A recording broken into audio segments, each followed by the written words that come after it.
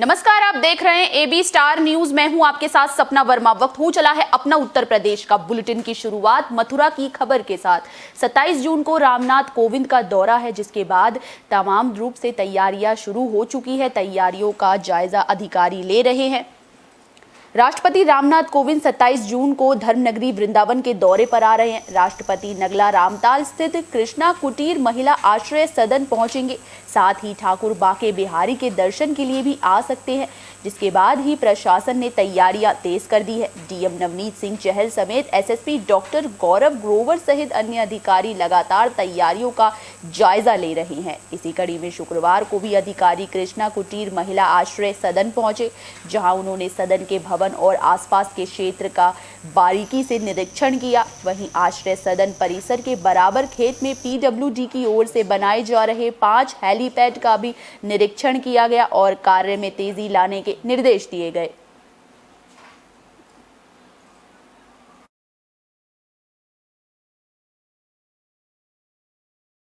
देखिए, आगामी VVIP movements को देखते हुए वृंदावन में जो है वो तैयारियां की जा रही हैं प्रशासनिक अधिकारियों के द्वारा, पुलिस अधिकारियों के द्वारा।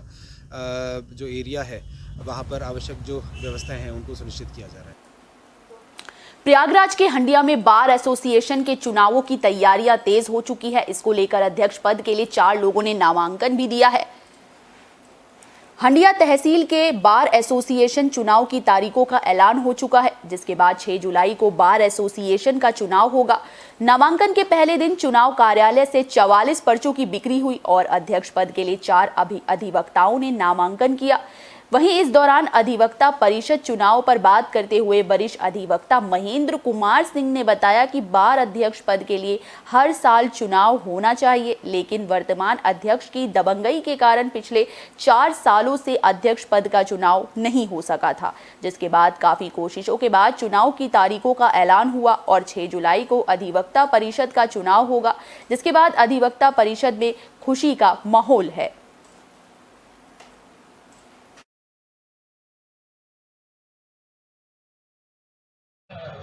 ऐसा है कि सन 2018 का चुनाव मेरे ही प्रयास से माननीय उच्च न्यायालय के आदेश से हंडिया में हुआ था।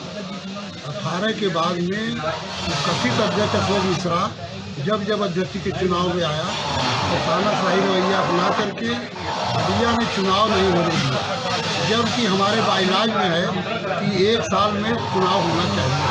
इसकी तानाशाही रवैया को देखते हुए हंडिया में बड़ा क्रोध था, तो मैंने उसकी अगुवाई करते हुए 18 तारीख को मैंने पहले मीटिंग बुला करके एल्डर कमेटी। आज ये जो अधिवक्ता परिषद का 4 वर्षों के बाद चुनाव हो रहा है, संपरिस्थिति एल्डर कमेटी बनाई गई। इसके पूर्व जो अध्यक्ष हुआ करते थे बाबरी थे, चुनाव नहीं कराना चाहते, लेकिन लोग जब ऊब गए तो एक आवाज आई कि चुनाव कराया जाए। फर्रुखाबाद में एसओजी और सर्विलांस टीम को बड़ी कामयाबी हाथ लगी है। दरअसल ठगी के आरोप में 3 शख्स को गिरफ्तार किया गया है। ये सभी शख्स एसपी का पीआरओ बनकर लोगों को ठगा करते थे। एसओजी टीम और सर्विलांस टीम ने एसपी का पीआरओ बनकर ठगी करने वाले अंतर जनपदीय 3 आरोपियों को पकड़ लिया है, जिनके बाद तीनों की गिरफ्तारी राजेपुर क्षेत्र से हुई है। दरअसल इन तीनों आरोपियों ने एसपी का पीआरओ बनकर कई बड़ी वारदात को अंजाम दिया था, जिसमें पीयूष हत्याकांड में आरोपियों को पकड़वाने के नाम पर 30,000 रुपए की ठगी भी शामिल थी।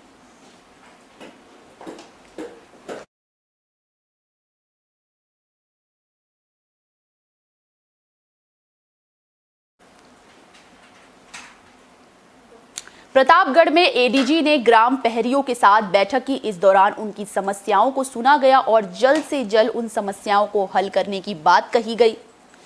अपराध और अपराधियों पर नकेल कसने को लेकर ग्राम प्रहरियों में गतिशीलता बढ़ाने के लिए पुलिस लाइन में ग्राम प्रहरियों को साइकिलें बांटी गई। इस दौरान प्रयागराज के एडीजी प्रेम प्रकाश ने हरी झंडी दिखाकर ग्राम प्रहरियों को रवाना किया। ग्राम प्रहरियों के साथ बैठक कर उनकी समस्या जानकर निस्तारण के लिए अधिकारियों को निर्देश भी दिए। ग्राम प्रहरियों को दिए निर्देश किसी भी समस्या के निदान के लिए सीधे सीओ, अपर पुलिस अधीक्षक और एसपी से शिकायत कर सकते हैं। पंचायत भवनों में महिला आरक्षियों के समस्याओं की सुनवाई का निस्तारण को ग्राम प्रहरी मौजूद रहेंगे।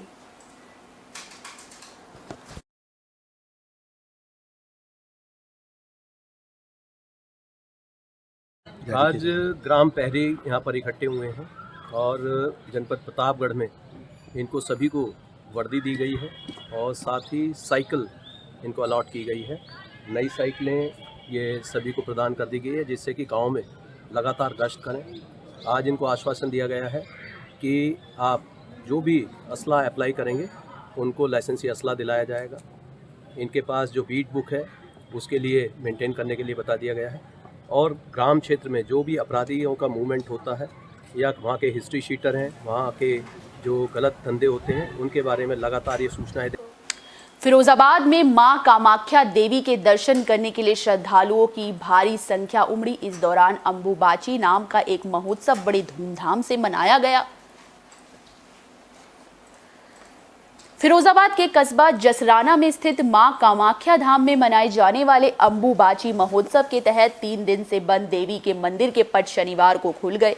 इस बार 2 दिन तक अंबुबाची महोत्सव के तहत आम श्रद्धालुओं को दर्शन होंगे, जिसके बाद मां कामाख्या धाम के पीठाधीश महेश स्वरूप ब्रह्मचारी ने बताया कि भक्तों की भीड़ को देखते हुए पूरी व्यवस्थाएं पहले ही की गई हैं। वहीं बात की जाए अगर मां के दर्शनों की, तो आसपास के जिलों के साथ राजस्थान, मध्य प्रदेश, दिल्ली, हरियाणा, बिहार से भी यहां भारी संख्या में लोग हर साल देवी के दर्शन के लिए आते हैं।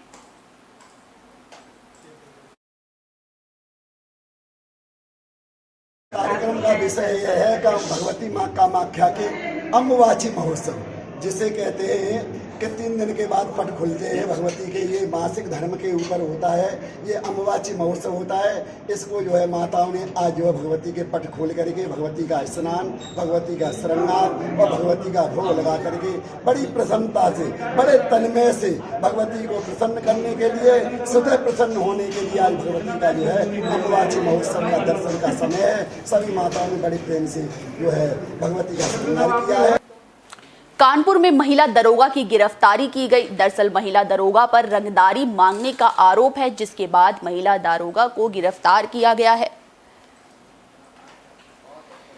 एडीसीपी ईस्ट के ऑफिस में तैनात महिला दरोगा को एसपी कोतवाली की टीम ने गिरफ्तार कर लिया है। दरअसल महिला दरोगा ने पनकी थाना क्षेत्र में चल रहे सेक्स रैकेट संचालक को हिरासत में लेकर मोटी रकम की मांग की थी, जिसके बाद सूचना लगते ही पुलिस कमिश्नर विजय सिंह मीणा ने एसपी कोतवाली को मामले की जांच के निर्देश दिए। जिसके बाद रंगदारी की पुष्टि होने पर पुलिस आयुक्त के आदेश पर एसपी कोतवाली ने इलाके से महिला दरोगा को गिरफ्तार कर लिया।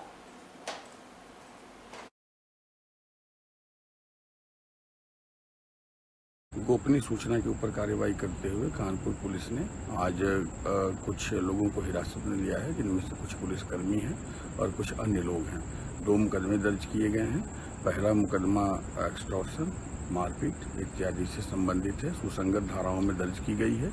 और दूसरा मुकदमा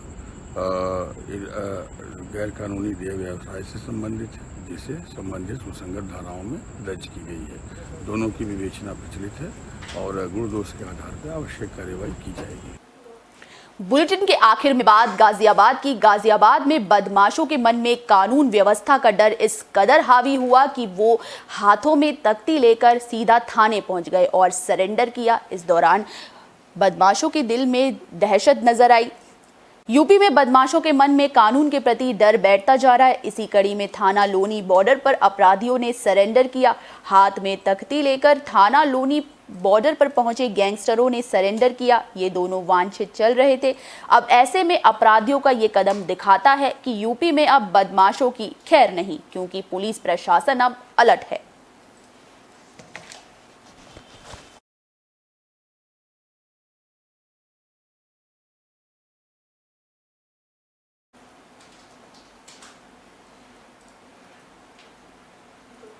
अपना उत्तर प्रदेश में फिलहाल के लिए बस इतना ही। मुझे दीजिए इजाजत। देश और दुनिया से जुड़ी तमाम खबरों के लिए देखते रहिए AB स्टार न्यूज़। नमस्कार।